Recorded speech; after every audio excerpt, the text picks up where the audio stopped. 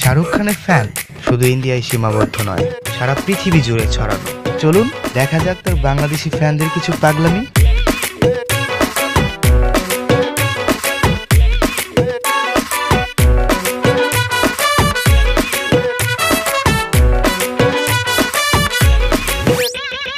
Follow করি টুইটারে, tag করি ফেসবুকে, তোরি কুইজে গুগল বিট খেয়ে গেল।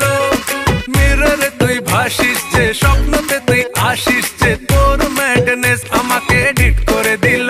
তুই যে সোডারি বোতল, আমি তোর ঝাঁঝেই ফিদা, আমি কার্বন কপি করি তোর টেটা আদা।